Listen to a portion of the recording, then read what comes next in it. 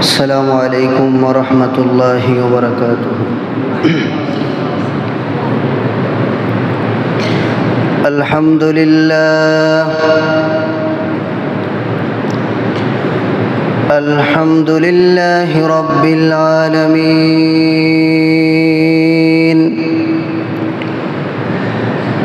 والعاقبة للمتقين، والصلاة والسلام على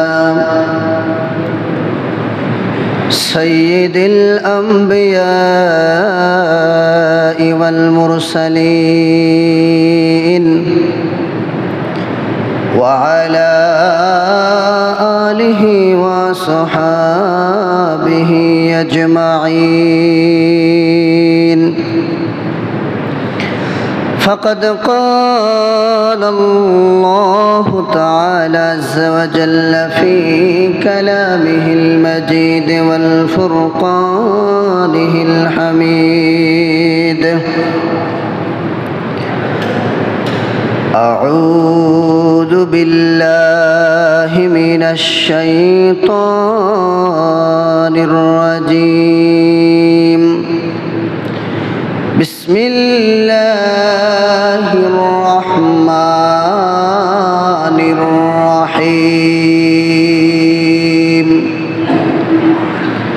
ألم نشرح لك صدرك ووضعنا عنك وزرك الذي أنقض ظهرك ورفعنا لك ذكرك فإن مع العسر يسرا إن مع العسر يسرا فإذا فرغت فانصب وإلى ربك فارغب. صدق الله وصدق رسوله النبي الكريم. إن الله وملائكته يصلون على النبي يا أيها الذين آمنوا صلوا عليه وسلموا تسليما. اللهم صل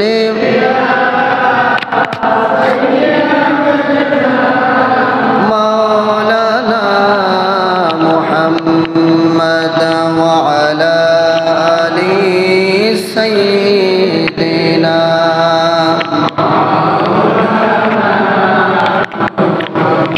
اللهم صل على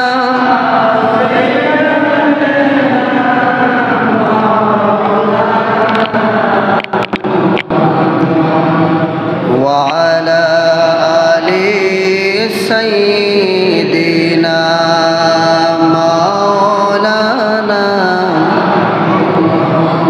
নবী গো আপনার ভালোবাসায় আল্লাহর ওলি হওয়া যায়। নবী গো আপনার ভালোবাসায় জান্নাতবাসী হওয়া যায়। আল্লাহুম্মা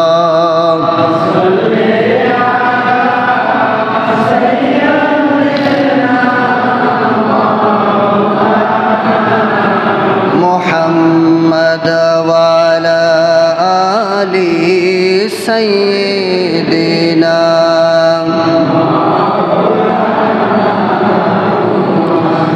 जब तलक के चाँद तारा झिलमिलाते जाएंगे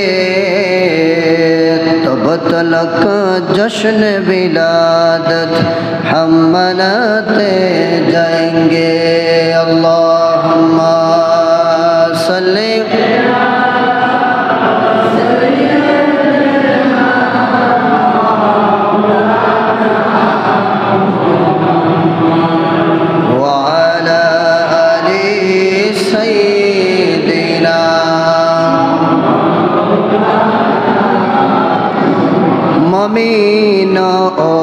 कर तो रहीम अपने आका पर दुरूद है पेड़स्तों का वजीफा अस्सलातु वस्सलाम अल्लाहुम्मा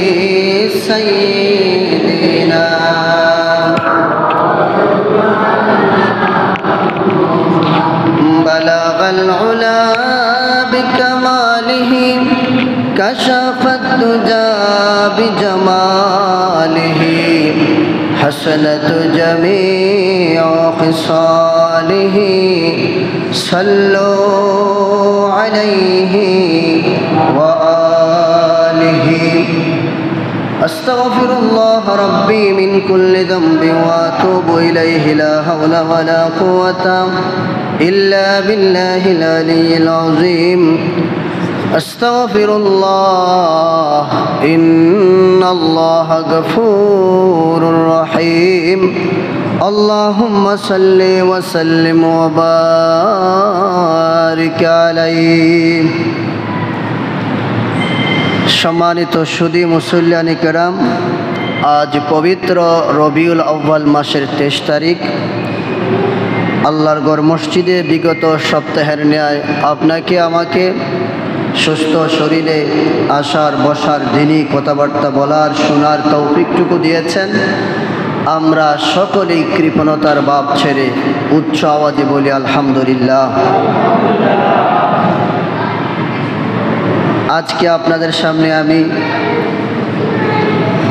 আল্লাহর নবী সাল্লাল্লাহু আলাইহি সাল্লামের মহব্বতের বহির্প্রকাশের একটি গুরুত্বপূর্ণ আমল, যে আমলটা আমরা সকলেই করে থাকি, আবার আমাদের সমাজের মধ্যে অনেকেই এই আমলটা নিয়ে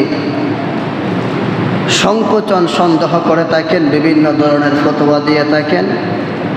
আমলটুকু হচ্ছে আমরা যখন নবী পাক সাল্লাল্লাহু আলাইহি ওয়াসাল্লামের নাম মুবারক আহমদ অথবা মুহাম্মদ শুনি, তখন শাহাদত এবং বৃদ্ধ আঙ্গুলিকে একত্রিত করে টুটের মধ্যে চুমু দিয়ে চোখের মধ্যে মালিশ করি।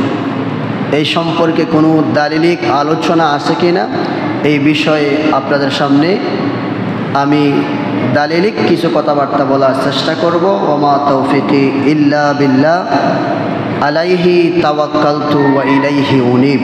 মহান আল্লাহ পাক যেন আমাকে ইখলাসের সহিত বলার, আপনাদেরকেও আমলের নিয়তে শোনার তৌফিকটুকু দান করেন। সবাই বড় করে বলেন আমিন। সম্মানিত সুধী, পর্দানিশির মা ভগ্নীগণ, আল্লাহ পাক সুবহানাহু ওয়া তাআলা ওনার অসংখ্য অগণিত গুণবাচক নাম রয়েছে, যেই নামগুলোকে বলা হয় আসমাউল হুসনা। যেভাবে আল্লাহ পাক কুরআনুল কারীমের মধ্যে বলেছেন ওয়ালিল্লাহিল আসমাউল হুসনা ফাদউ বিহা, আমার অনেক সুন্দর সুন্দর নাম রয়েছে, এগুলাকে নিয়ে তোমরা আমাকে ডাকো। যেমন আল্লাহর এক নাম আছে রহমান, রাহিম, সত্তার, গফফার, করিম, আউয়াল, আখের, জহের, বাতিন, এভাবে অসংখ্য গণিত 99টা নাম আছে। ঠিক তদ্রূপভাবে আমার নবীজিরও অসংখ্য গণিত নাম মুবারক আছে। বড় করে বলেন সুবহানাল্লাহ।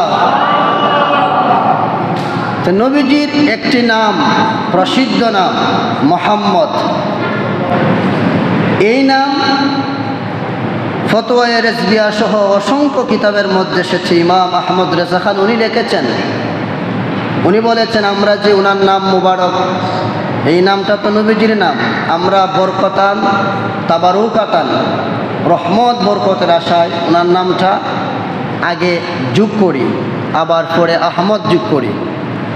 কিন্তু এই লেখার সময় অথবা বলার সময় তো বলা যায় না সংক্ষেপে, কিন্তু লেখার সময় এমনটা করি আমরা মশুকার মৌলিকি অথবা মৌকার মৌলিকি লিখে সেটা আমরা বিসর্গ দিয়ে দিই, মানে সংক্ষেপে লিখি। কিন্তু এর আগে পিছে তালুকদার, বুইয়া, পাঠান, সদরাই, সৌদাগর, জমিদার ইত্যাদি ইত্যাদি অনেক নামগুলো আমরা বড় বড় টাইটেলগুলা পুরাপুরি লিখি। লিখতে লিখতে এমন অবস্থা হয় নাম কোনটা ইদা চিনা যায় না। আগে এমন নাম লিখি হুজুরের আগেই বলেন আর পীর সাহেবের নামের আগে বলেন। পীর সাহেবের নাম কোনটা এটা তোকায় পাওয়া যায় না, হুজুরের নাম কোনটা, ইমাম সাহেবের নাম কোনটা নাম পাওয়া যায় না। আগে এমন টাইটেল লিখতে লিখতে লিখতে লিখতে লিখতে এমন অত সব টাইটেল লিখি। কিন্তু আমরা যখন কৃপণতা করি কোন জায়গা, যখন আমরা মোহাম্মদ লিখি তখন আমরা সংক্ষেপে লিখি। এই সংক্ষেপে লেখা নিষেধ করা হয়েছে। আজকের আলোচনা থেকে এটা শিখবেন, আমরা নবীর নাম লিখতে কখনো কি করব না, কৃপণতা করব না, পরিপূর্ণ লিখবেন। মোহাম্মদ লিখবেন ইংরেজিতে এমডি লিখি, লেখা যাবে না, নিষেধ এসেছে। বাংলাতে লিখবেন, পুরাপুরি লিখবেন। মৌকার মুই দিয়ে লেখেন আর মসুকার মু হাইকার হাময় মধ্যে পুরাপুরি লিখবেন। সংক্ষেপে লেখা নিষিদ্ধ, কথাটা বুঝছেন আপনারা? সংক্ষেপে লিখবেন না। এইভাবে নবীর নাম শোনার পরে আমরা দুরূদ শরীফ পড়ি, দুনতাস সদালাই। দুনতাস সদারে বোঝানো হয় যে সাল্লাল্লাহু আলাইহি সাল্লাম, এটা করা যাবে না। পরিপূর্ণ লিখবেন। লেখার নিয়মটা হচ্ছে পরিপূর্ণ। আগে বলেছি আমরা চৌধুরী সাহেব লিখতে আমরা পরিপূর্ণভাবে লিখি, কিন্তু মুহাম্মদ পরিপূর্ণ লিখতে আমরা কৃপণতা করি, এটা করা যাবে। তো সম্মানিত সুধী ইসলামী ভাইরা, আল্লাহ পাক সুবহানাহু ওয়া তাআলার যেভাবে বলেছিলাম অসংখ্য অগণিত গুণবাচক নাম, আমার নবীজিরও অনেক গুণবাচক নাম আছে। মক্কার কাফের মুশরিকেরা আমার নবীকে বলতো মুজাম্মম। মুজাম্মম শব্দের অর্থ হচ্ছে যিনি অদম। দূরে কর নাউজুবিল্লাহ। কাফের মুশরিকরা আমার নবীকে মুজাম্মম বলতো, অদম বলতো। অথচ আল্লাহ সুবহানাহু ওয়া তাআলা আমার নবীকে আসমানে রেখেছেন আহমদ আর জমিনে রেখেছেন মুহাম্মদ। সুবহানাল্লাহ। এই মুহাম্মদ অর্থ হলো প্রশংসিত। যেভাবে আল্লাহ সুবহানাহু ওয়া তাআলা নবীজির প্রশংসা করেন, গোটা সৃষ্টি জগৎ সৃষ্টির সূচনা লগ্ন থেকে প্রশংসা করেছেন, বর্তমানে করতেছেন, ভবিষ্যত কিয়ামত পর্যন্ত নবীজির প্রশংসা করতে থাকবেন। জুড়ে বলেন সুবহানাল্লাহ। আমার ইসলামী ভাইয়েরা, আল্লাহর অসংখ্য গণিত গুণবাচক নামের মধ্যে একটা নাম হলো জাতি বা সত্তাবাচক নাম। আল্লাহ সুবহানাহু ওয়া তাআলার জাতি বা সত্তাবাচক নাম হচ্ছে আল্লাহ। নবীজির গুণবাচক নাম সমূহের মধ্য থেকে নবীজির জাতি তথা সত্তাবাচক নাম হচ্ছে মুহাম্মদ। আল্লাহর জাতি সত্তাবাচক নাম হচ্ছে আল্লাহ। সবাই জুড়ে বলেন কি? আরো জবান করে বলেন আল্লাহ। আর নবী পাক সাল্লাল্লাহু আলাইহি সাল্লামের জাতি তথা সত্তাবাচক নাম হচ্ছে মুহাম্মদ। আল্লাহ এবং মুহাম্মাদের মধ্যে দেখবেন অনেক সাদৃশ্য আছে। আল্লাহ শব্দটা লিখতে 4টা অক্ষর লাগে, আর নবীর নাম মুহাম্মদ লিখতে আবার 4টা অক্ষর লাগে। আল্লাহ লিখতে যেভাবে কোনো নকতা নাই, আমার নবীর নাম মুবারক লিখতে মুহাম্মাদের মধ্যে কোনো নকতা নাই। আল্লাহ এই সত্তাবাচক আল্লাহ নামটা লিখতে তাসদিদ একটা আছে, নবীর নাম মুবারক লিখতে মুহাম্মদ মিমের মধ্যে একটা তাসদিদ রয়েছে। কিন্তু বড় আশ্চর্যের বিষয়, আল্লাহ এই নামের মধ্যে তাসদিদের উপরে খাড়া জবর আছে, কিন্তু মুহাম্মদ লিখতে মিমের মধ্যে যে তাসদিদ আছে খাড়া জবর নাই। মুফাসসিরিনে কেরাম এখান থেকে সুন্দর আলোচনা করেছেন। তারা বলেছেন আল্লাহ শব্দের তাসদিদের উপরে খাড়া জবর আছে, নবীজির মুহাম্মদের মিমের উপরে খাড়া জবর নাই। এখানে বোঝানো হয়েছে আল্লাহ হচ্ছেন সুলতান, আল্লাহ হচ্ছে বাদশাহ, আর আমার নবী হচ্ছেন প্রধান উজির। সুবহানাল্লাহ বলে। আমার ভাইয়েরা, আল্লাহ শব্দ বলতে 2টা টুট পাকা থাকে। সবাই একটু মহব্বতে বলেন আল্লাহ। এই আওয়াজে মানি না, জুড়ে বলেন আল্লাহ। আল্লাহ শব্দ উচ্চারণ করতে 2টা টুট পাকা থাকে। আল্লাহ আল্লাহ আল্লাহ 2টা টুট পাকা থাকে, কিন্তু আমার নবীর নাম মুবারক উচ্চারণ করলে 2টা টুট একটা টুটের সাথে মিলে যায়। আমার ভাইয়েরা, মুফাসসিরিনে কেরাম বলেছেন আল্লাহ বলতে দুইটা টুট পাকা থাকে, আল্লাহ পর্যন্ত তোমরা পৌঁছতে পারবে না। আল্লাহর শান ও মান মর্যাদা অনেক উঁচু, আল্লাহ পর্যন্ত কোনো মানুষের পক্ষে পৌঁছা সম্ভবপর নয়, কিন্তু আমার নবী মুহাম্মদ সাল্লাল্লাহু আলাইহি সাল্লাম তোমাদেরকে আল্লাহ পর্যন্ত পৌঁছায়া দিবে। আমার ভাইয়েরা, আমার মূল আলোচনাটা হলো সেটা, আমরা যখন আজানে, একামতে অথবা মিলাদ মাহফিলে বই পুস্তকের মধ্যে নবীজির নাম মুবারক আহমদ অথবা মোহাম্মদ শুনি, আমরা আশিকে রাসূল যারা নবীজির উম্মতের মধ্যে যারা আমরা অনুসরণ করি, নবীজির সাহাবায়ে কেরামদেরকে যারা অনুসরণ করি, তখন আমরা দেখবেন নবীর নাম মুবারক শুনিয়া বৃদ্ধ আঙ্গুল শাহাদত আঙ্গুলকে একত্রিত করে টুটের মধ্যে চুমু দিয়ে আমরা চোখের মধ্যে মালিশ করি। এটা হচ্ছে সিদ্দিক আকবর হযরত আবু বকর সিদ্দিকের সুন্নত এবং নবীজির মহব্বত, নবীজির ভালোবাসার একটা বহির্প্রকাশ। এক নম্বর দলিল হলো সালাতে মাসউদি নামক কিতাবের দ্বিতীয় খণ্ডের মধ্যে এসেছে, আল্লাহর প্যারা নবী সাল্লাল্লাহু আলাইহি ওয়াসাল্লাম বলেছেন, মান সামিয়া ইসমি ফিল আযান ওয়াদা ইবনে আমিনা, যারা নবীজির নাম মুবারক আযানের মধ্যে শোনার পরে তারা শাহাদত আঙ্গুল বৃদ্ধ আঙ্গুল একত্রিত করে টুটের মধ্যে চুমু দিয়ে চোখের মধ্যে মালিশ করে, নবীজির নাম মুবারক আযানে আছে কিনা নাই? আসতে বলবেন না, আছে কিনা নাই? ইকামতের মধ্যে নবীজির নাম আছে কিনা নাই? সালাতে মাসউদি নামক কিতাবের মধ্যে এসেছে, নবীজির নাম মুবারক যদি কোনো বান্দা বান্দি আযানের মধ্যে শুনিয়া শাহাদত আঙ্গুল বৃদ্ধ আঙ্গুল একত্রিত করে চোখের মধ্যে মালিশ করে, নূর নবী সাল্লাল্লাহু আলাইহি সাল্লাম বলেছেন, ময়দানে মাহশরে সমস্ত ফেরেশতা সহ আজরাইল, জিবরাইল, মিকাইল, ইসরাফিল সহ সমস্ত ফেরেশতারা কাতারে কাতারে দাঁড়িয়ে যাবে। আল্লাহ কোরআনে পাকে বলেছেন, ইয়াউমা ইয়াকুমুর রূহু ওয়াল মালাইকাতু সাফফান লা ইয়াতাকাল্লামুনা ইল্লা মান আযিনা লাহুর রহমান, আল্লাহর অনুমতি ব্যতীত কেউ কোনো কথাবার্তা বলতে পারবে না। সমস্ত ফেরেশতারা সহ যখন সমস্ত মানুষেরা সারিবদ্ধভাবে দাঁড়িয়ে যাবে, সেই দিন ময়দানে মাহশরে আমার রাসূল বলেন, ফাআনা তালিবুহু ফি সুফুফিল কিয়ামাহ, কিয়ামত দিবসে মানুষেরা সারিবদ্ধভাবে দাঁড়িয়ে যাবে, আর আমি সেই দিন তাদেরকে খোঁজাখুঁজি করব যারা আমার নাম মোবারক উচ্চারণ শুনে শাহাদত আঙ্গুল বৃদ্ধ আঙ্গুলের মধ্যে চুমু খেয়ে চোখের মধ্যে মালিশ করে। সমস্ত মানুষেরা আজরাইল, জিবরাইল, ইসরাফিল সহ সকলেই যখন সারিবদ্ধভাবে দাঁড়িয়ে যাবে, কেউ কোনো কথাবার্তা বলতে পারবে না। ইমাম সাহেব মুসল্লিদেরকে বলে যাবে, মা ছেলেকে বলে যাবে, বাবা ছেলেকে বলে যাবে, কেউ কাহারও আপনজন হবে না, সবাই নফসে নফসে ময়দানে মাহশরে করবে।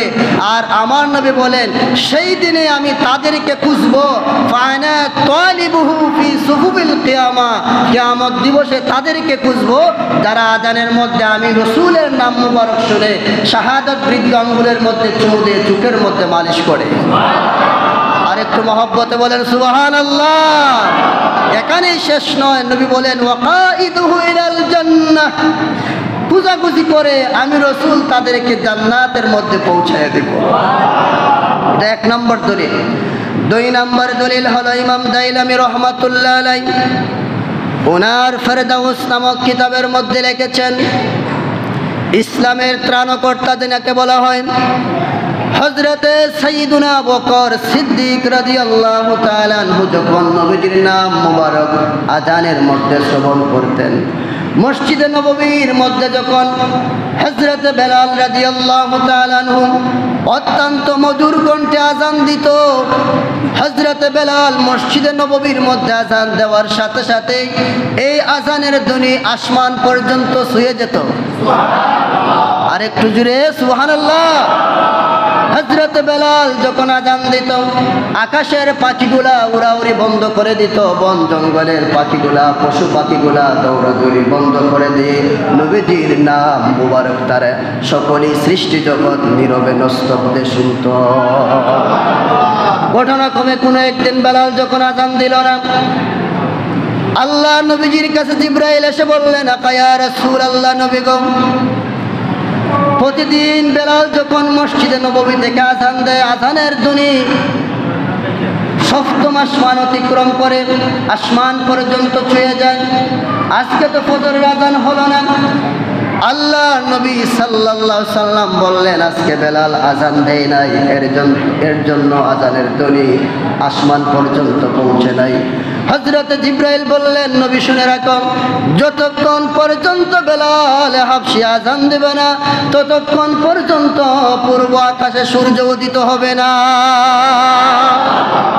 নবীর মহব্বতের আজান, আজানের জন্য, নবীর ভালোবাসার জন্য গলার কণ্ঠের প্রয়োজন নাই, সুন্দর চেহারার প্রয়োজন নাই। আল্লাহর নবীজির মহব্বতই হচ্ছে আজান আসমান পর্যন্ত পৌঁছে দেওয়ার জন্য যথেষ্ট। সুবহানাল্লাহ বলে। আমার বেলাল যখন আজান দিত, সিদ্দিক আকবরের একটা আমল ছিল, নবীর নাম মুবারক শোনার সাথে সাথে কাব্বালা আনমিলাতাইন ওয়া সাবাবাতাইন মাসাহু আলা আইনাই। বেলাল যখন আজান দিতেন, আশহাদু আন্না মুহাম্মাদার রাসূলুল্লাহ শুনে সিদ্দিক আকবর আবু বকর সিদ্দিক রাদিয়াল্লাহু তাআলা আনহু এই বৃদ্ধ আঙ্গুল শাহাদাত আঙ্গুলিকে একত্রিত করে ঠোঁটের মধ্যে চুমু দিয়ে চুকের মধ্যে মালিশ করতেন। দ্বিতীয়বার যখন আজানের ধ্বনি শুনতেন, আশহাদু আন্না মুহাম্মাদার রাসূলুল্লাহ, বেলাল তখন বলতেন, কুররাতা আইনি বিকা ইয়া রাসূলুল্লাহ বলে এইভাবে চুমু দিতেন, ঠোঁটের মধ্যে চুমু দিয়ে চুকের মধ্যে মালিশ করতেন। আল্লাহ নবী সাল্লাল্লাহু আলাইহি ওয়াসাল্লাম কোনো একদিন হযরত আবু বকর সিদ্দিকের এই কাজটাকে দেখে ফেললেন আর বললেন, ও আবু বকর সিদ্দিক, তুমি তো আমার হিজরতের সাথী, কবরের সাথী, জীবন মরণের সাথী, শুনে রাখো, মান ফাআলা মা ফাআলা খালিলি মিসলি, আমার বন্ধু, আমার হাবিব আবু বকর সিদ্দিক যেই কাজটা করলো, আমার কোনো উম্মত যদি সেই কাজটা করে, ফাকাদ হাল্লাত আলাইহি শাফাআতি, তাদের জন্য আমি রাসূলের শাফাআত ওয়াজিব হয়ে যাবে। আমরা নবীজির শাফাআত চাই কি চাই না? দুই হাত উঁচু করে বলেন, চাই কি চাই না? মহব্বতে বলেন, ইয়া রাসূলুল্লাহ। এটা হচ্ছে আশিকের রাসূলের নমুনা।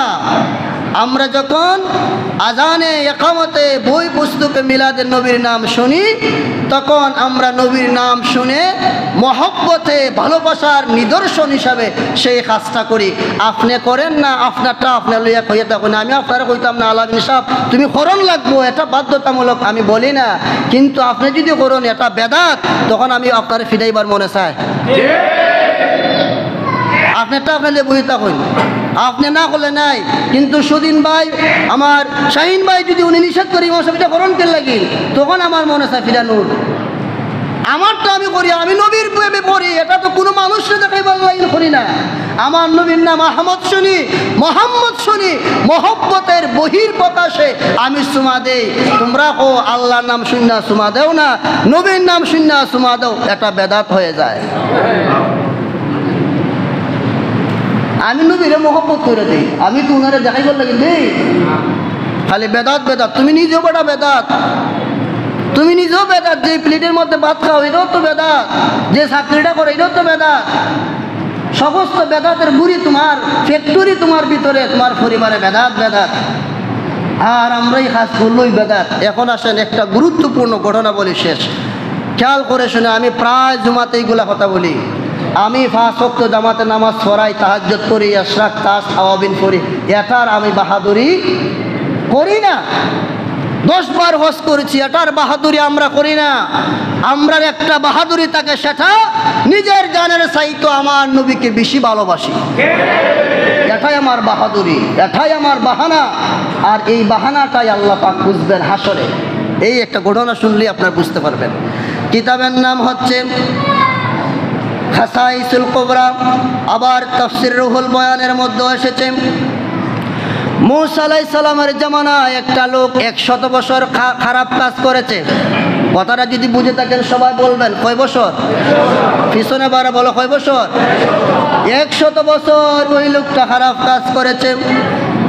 100 বছর খারাপ কাজ করার পরে লোকটা যখন মারা গেল, লোকটা মারা যাওয়ার পরে আমাদের সিরা চরিত্র নিয়ম হলো, মানুষ মারা যাওয়ার পরে তারা আমরা গোসল দিই, কাফন পরাই, এরপরে জানাজা পড়ি, এরপরে দাফন করি।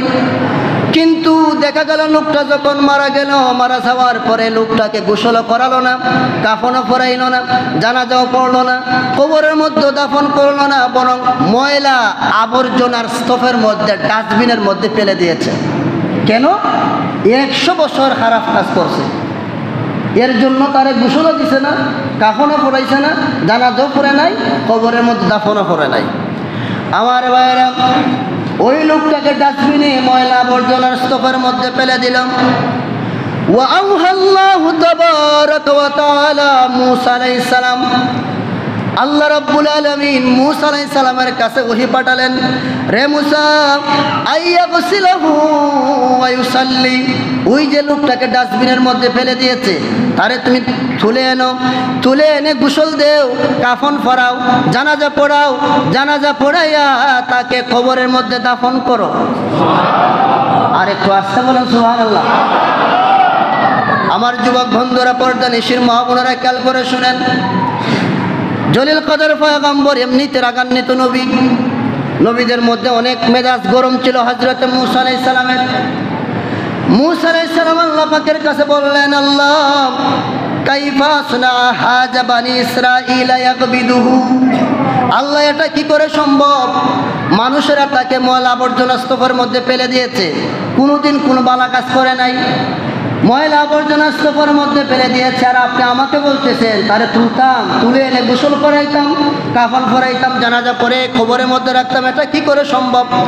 আমার আল্লাহ পাক সুবহানাহু ওয়া তাআলা বলেন, রে মূসা তুমি বলতেছো এটা কি করে সম্ভব, আর আমি আল্লাহ পাক বলে দিলাম, আমি আল্লাহ পাক সুবহানাহু ওয়া তাআলা ইন্নাহু গাফারতাহু, আমি আল্লাহ পাক তার 100 বছরের গুনাহ মাফ করে দিলাম। আল্লাহ পাক সুবহানাহু ওয়া তাআলা যখন কথা বললেন, মূসা আলাইহিস সালাম আল্লাহকে বলে, আল্লাহ লিমাযা গাফারতা, কেন তুমি তারা মাফ করে দিলাই? 100 বছর খারাপ কাজ করেছে, লোকেরা ডাস্টবিনের মধ্যে ফেলে দিয়েছে, লিমাযা গাফারতা, কেন তুমি তাকে ক্ষমা করলাম? আল্লাহ সুবহানাহু ওয়া তাআলা বলেন, রে মূসা শুনে রাখো, ইজা রাআয়া ফিত তাওরাত ইসমি মুহাম্মদ সাল্লাল্লাহু আলাইহি ওয়াসাল্লাম, রে মূসা শুনে রাখো, সে যখন তাওরাত কিতাব পাঠ করত, সেই তাওরাত কিতাবের মধ্যে আমার নবীর নাম, আমার হাবিব মুহাম্মদ সাল্লাল্লাহু আলাইহি সাল্লামের নাম মুবারক সে পাইতো। ইন মুহাম্মদ পাওয়ার সাথে সাথে আব্বালা জফরাইহি ওয়া মাসাহু আলা আইনাইহি, শাহাদাত বৃদ্ধ আঙ্গুলে একত্রিত করে চোখের মধ্যে মালিশ করত। আমি আল্লাহ পাকের কাছে এই কাজটা ভালো লেগে গেছে, এর জন্য আমি আল্লাহ পাক তার 100 বছরের গুনাহ মাফ করে দিয়েছি। এখন আবার 2 হাত তুলে বলেন, নবীর মহব্বত চাই কি চাই না? সবাই মহব্বতে বলেন ইয়া রাসূলুল্লাহ। এখন আপনারা বলেন, সে কত বছর ইবাদত করছে? একদিনও তো নামাজ পড়লো না, কিন্তু তাওরাতের মধ্যে আমার নবীর নাম পাইতো। ইজার আয়া ফিত তাওরাত, তাওরাত কিতাবের মধ্যে নবীর নাম ছিল। নবীর নাম যখন আহমদ মোহাম্মদ পাইতো, আব্বালা জফরাইহি ওয়া মাসাহু আলা আইনাইহি, সে বৃদ্ধ আঙ্গুল, শাহাদাত আঙ্গুল একত্রিত করে টুটের মধ্যে লাগাইয়া চোখের মধ্যে মালিশ করত। আল্লাহ জাল্লা শানুহু আম্মা নাওয়ালুহুর কাছে এই কাজটা পছন্দ লেগে গেছে। আল্লাহ কয়, মূসা তুমি ডাস্টবিন থেকে তাড়াতাড়ি তুলো, গোসল করাও, কাফন পরাও, কবরের মধ্যে তুমি তাকে দাফন করো, কেননা আমার হাবিবের মহব্বতের কারণে আমি আল্লাহ পাক তার 100 বছরের গুনাহ মাফ করে দিয়েছি। আমরা সুন্নি যারা, তাদের অন্তরে আমরা সব সময় টাকা পয়সার পদ পদবীর লোভ না করে নবীজিকে আমরা প্রাধান্য দেই। এর জন্য আমরা নবীর নাম যখন আজানে, একামতে, মজলিসে, সিম্পোজিয়ামে, কনফারেন্সে, ওয়াজ মাহফিলে যখনই শুনি, তখনই আমরা নবীর মহব্বতের বহির্প্রকাশ হিসাবে এই কাজটা করি। আপনারা যারা কথাটা বুঝেছেন, 3টা দলিল দিলাম, আপনারা বলেন, সবাই একসাথে বলবেন, আমরা যদি এই কাজটা করি তাহলে আমরা তো নবীর উম্মত, আল্লাহ পাক আমাদেরকে মাফ দিবেন কিনা? এই বিশ্বাস আপনাদের আছে কিনা? না? সুতরাং আমি শেষ করে দিচ্ছি এই আয়াতে কারিমার মাধ্যমে আল্লাহ পাক সূরা হাজাবের 57 নং আয়াতে বলেছেন, ইন্নাল্লাযীনা ইয়াযুনাল্লাহ ওয়া রাসূলাহু লা'নাহুমুল্লাহ ফিদ দুনিয়া ওয়াল আখিরাহ ওয়া আ'আদ্দা লাহুম আযাবাম মুহিনা। আল্লাহ বলেন, যারা আল্লাহ এবং রাসূলকে কষ্ট দেয় তাদের জন্য লা'নাহুমুল্লাহ ফিদ দুনিয়া ওয়াল আখিরাহ, তাদের প্রতি আল্লাহর লানত দুনিয়া এবং আখিরাতে। নাউজুবিল্লাহ বলেন। আল্লাহ পাক তাদেরকে মালউন বলেছেন যারা আল্লাহ এবং রাসূলকে কষ্ট দেয়। সুতরাং আমি যারা প্রথমে ছিলেন এই কথাটা বলেছি, আল্লাহ শব্দটা বলতে দুইটা টুট পাকা থাকে, এখন একটু আকাশ বাতাস মুখরিত করে দিলটাকে নরম করে, আল্লাহ শব্দটাকে ফুর করে আরশ আজিমের মালিক যাতে খুশি হয়। সবাই বলেন আল্লাহ। এই আল্লাহ শব্দ বলতে টুট ফাঁকা থাকে কি থাকে না? সবাই জুড়ে বলে, যুবকেরা, ফাঁকা থাকে কি থাকে না? আল্লাহ আল্লাহ বলতে ফাঁকা থাকে। আর আমার নবীর নাম মুহাম্মদ বলতে এই বেঈমানের দল যারা বলে নবীর নাম শুনে সুমা দাও, তোমরা শুনে রাখো, তোমরা যতবার নবীর নাম মুহাম্মদ কইবা তুমি সুমা না দিয়ে হইলো আল্লাহ পাকের জ্ঞানে সেটা ছিল। তুমি যখন নবীর নাম কইবা তখন তোমার দুইটা টুট আমার নবীর নাম মুবারকের মধ্যে সুমা দেয়। মুহাম্মদ, সবাই বলেন মুহাম্মদ। দুইটা একখানে হয়নি না, হয় না? সুতরাং এই সমস্ত মালাউন আল্লাহ কুরআনই বলেছেন তাদেরকে মালউন মানে অভিশপ্ত। তাদের সাথে আমাদের কোনো সম্পর্ক নাই। আমার ছেলে মেয়ে বিবি বাচ্চা যা কিছু আছে সব কিছুর চাইতে, দানের চাইতে, মালের চাইতে, আমার প্রাণের চাইতো আমার নবীর মহব্বত, নবীজিকে মহব্বত করে বেশি। এখন তুমি যাই বলো, বেদাতির ফতোয়া দেও আর এই ফতোয়াই দেও, এই ফতোয়ার আমরা দাঁড় না। আমরা এই আমল করছি, দুনিয়াতে যতদিন থাকবো সবাই একসাথে বলেন আমরা এই আমল করব ইনশাআল্লাহ বলেন।